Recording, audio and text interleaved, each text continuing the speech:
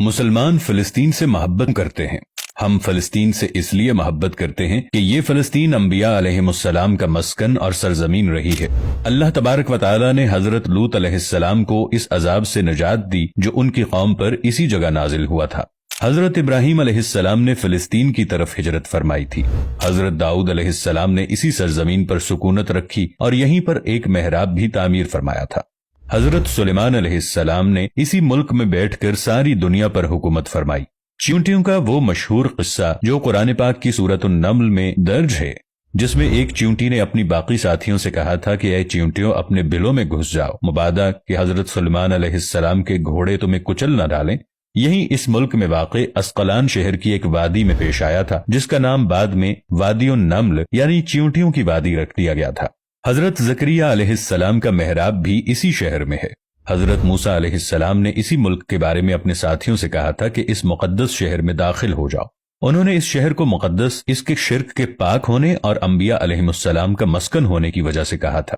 اس شہر میں کئی معجزات وقوع پذیر ہوئے، جن میں ایک کنواری بیوی حضرت مریم علیہ السلام کے بطن سے حضرت عیسیٰ علیہ السلام کی ولادت مبارکہ بھی ہے۔ حضرت عیسیٰ علیہ السلام کو جب ان کے قوم نے قتل کرنا چاہا تو اللہ تبارک و تعالی نے انہیں اسی سرزمین سے آسمان پر اٹھا لیا تھا۔ قیامت کی علامت میں سے ایک حضرت عیسیٰ علیہ السلام کا زمین پر واپس تشریف لانا اسی شہر کے مقام سفید مینار کے پاس ہوگا۔ اسی شہر کے ہی مقام باب لد پر حضرت عیسیٰ علیہ السلام مسیح دجال کو قتل کریں گے۔ فلسطین ہی ارض محشر ہے۔ اسی شہر سے ہی یاجوج ماجوج کا زمین میں قتال اور فساد کا کام شروع ہوگا۔ اسی شہر میں وقوع پذیر ہونے والے قصوں میں سے ایک قصہ طالوت اور جالوت کا بھی ہے۔ فلسطین کو نماز کی فرضیت کے بعد مسلمانوں کا قبلہ اول ہونے کا اعزاز بھی حاصل ہے۔ ہجرت کے بعد حضرت جبرائیل علیہ السلام دوران نماز ہی حکم ربی سے آقا علیہ السلام کو مسجد اقصی سے بیت اللہ یعنی مکہ مکرمہ کی طرف رخ کرا گئے تھے، اور جس مسجد میں یہ واقعہ پیش آیا وہ مسجد آج بھی مسجد قبلتین کہلاتی ہے۔ حضور اکرم صلی اللہ علیہ وآلہ وسلم معراج کی رات آسمان پر لے جانے سے پہلے مکہ مکرمہ سے یہاں بیت المقدس یعنی فلسطین لائے گئے۔ سرکار دو عالم صلی اللہ علیہ وآلہ وسلم کی اقتداء میں انبیاء علیہم السلام نے یہاں نماز ادا فرمائی۔ اس طرح فلسطین ایک بار پھر سارے انبیاء کا مسکن بن گیا۔ سیدنا ابو ذر رضی اللہ عنہ کہتے ہیں کہ میں نے رسول اللہ صلی اللہ علیہ وآلہ وسلم سے عرض کیا کہ زمین پر سب سے پہلی مسجد کون سی بنائی گئی؟ تو آپ نے فرمایا کہ مسجد الحرام یعنی خانہ کعبہ۔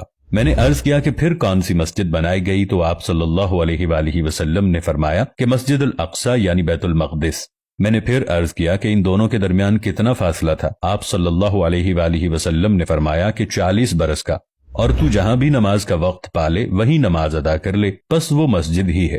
نبی اکرم صلی اللہ علیہ وآلہ وسلم کے وصال کے بعد حضرت ابو بکر رضی اللہ عنہ کو ارتداد کے فتنے اور دیگر کئی مشکلات کا سامنا رہا۔ ان کے لیے عسکری اور افرادی قوت کی اشد ضرورت کے باوجود ارض شام یعنی فلسطین کی طرف آپ صلی اللہ علیہ وآلہ وسلم کا تیار کردہ لشکر بھیجنا بھی ایک ناقابل فراموش حقیقت ہے۔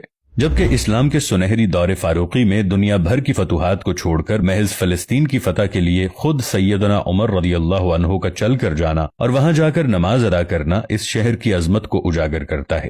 دوسری بار بائن ہی معراج کی رات بروز جمعہ 27 رجب 583 ہجری کو صلاح الدین ایوبی کے ہاتھوں اس شہر کا دوبارہ فتح ہونا بھی ایک نشانی ہے۔ قدس بیت المقدس کا نام قرآن سے پہلے تک ہوا کرتا تھا۔ قرآن نازل ہوا تو اس کا نام مسجد اقصی رکھ دیا گیا۔ قدس اس شہر کی اس تقدیس کی وجہ سے ہے جو اسے دوسرے شہروں سے ممتاز کرتی ہے۔ اس شہر کے حصول اور اسے رومیوں کے جبر و استبداد سے بچانے کے لیے 5000 سے زائد صحابہ کرام نے جام شہادت نوش کیا، اور شہادت کا باب آج تک بند نہیں ہوا۔ یہ سلسلہ ابھی تک جاری ہے، اسی لیے یہ شہر شہیدوں کا شہر ہے۔ مسجد اقصی اور بلاد شام کی اہمیت بالکل حرمین شریفین جیسی ہے۔ جب قرآن پاک کی یہ آیت والتین والزیتون وطور سینین وہذا البلد الامین نازل ہوئی تو ابن عباس رضی اللہ عنہ کہتے ہیں کہ ہم نے بلاد شام کو التین یعنی انجیر سے، بلاد فلسطین کو الزیتون سے، اور الطور سینین کو مصر کے پہاڑ کوہ طور جس پر جا کر حضرت موسیٰ علیہ السلام اللہ پاک سے کلام کیا کرتے تھے اس سے استدلال کیا۔ اور قرآن پاک کی یہ آیت مبارکہ وَلَقَدْ كَتَبْنَا فِي الزَّبُورِ مِن بَعْدِ الذِّكْرِ أَنَّ الْأَرْضَ يَرِثُهَا عِبَادِيَ الصَّالِحُونَ، اس آیت سے یہ استدلال لیا گیا کہ امت محمد حقیقت میں اس مقدس سرزمین کی وارث ہے، جبکہ فلسطین کی عظمت کا اندازہ اس بات سے بھی لگایا جا سکتا ہے